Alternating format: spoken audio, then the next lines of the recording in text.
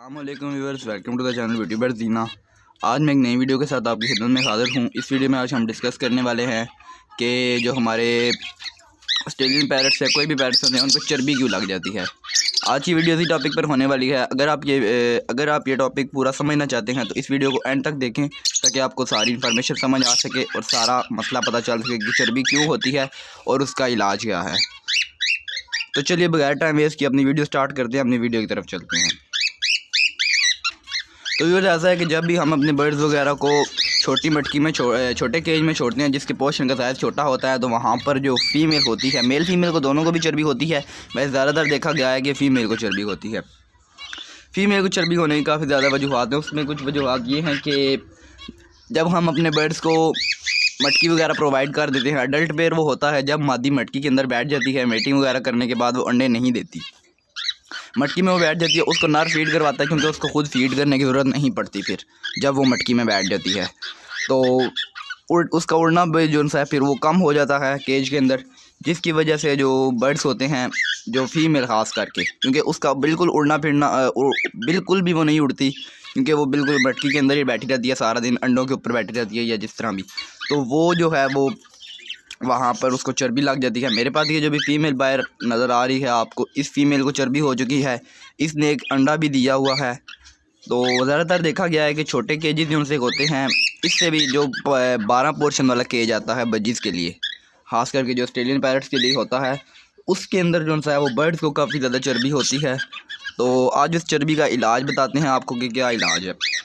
चर्बी की वजह मैंने आपको जैसा बताई है कि केज छोटा होने की वजह से जो है वो चर्बी लग जाती है, या मटकियों में मादी अंडों पर बैठने की वजह से। मेरे पास ये मादी काफ़ी दिनों से मटकी में जा रही थी मगर अंडे वगैरह नहीं थी दे रही। ये मादी काफ़ी दिन से अंदर बैठी हुई थी, अंदर जाती थी फिर बाहर आ जाती थी, अंदर जाती थी बाहर आ जाती थी, मतलब है कि रेडी टू ब्रीड थी। लेकिन अभी इसने अंडे वगैरह नहीं दिए। अब इसने एक अंडा मेरे पास दे दिया है।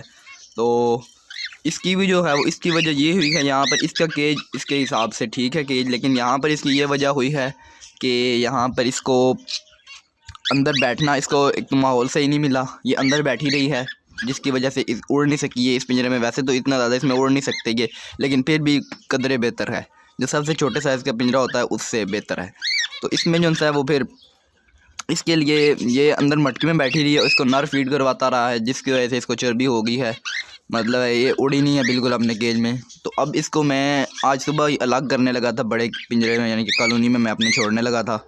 कॉलोनी में फिर मैंने इसलिए नहीं छोड़ा कि मैंने देखा है कि इसने अंदर एक एग ले किया हुआ है, जिसकी वजह से मैंने इसको फिर कॉलोनी में नहीं छोड़ा।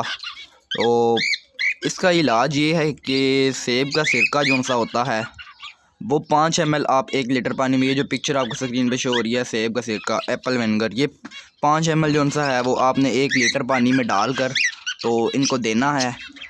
इनको आप वैसे भी जब अगर नहीं भी चर्बी होती तब भी आप इनको हफ्ते में 1 आध दफ़ा दे दें।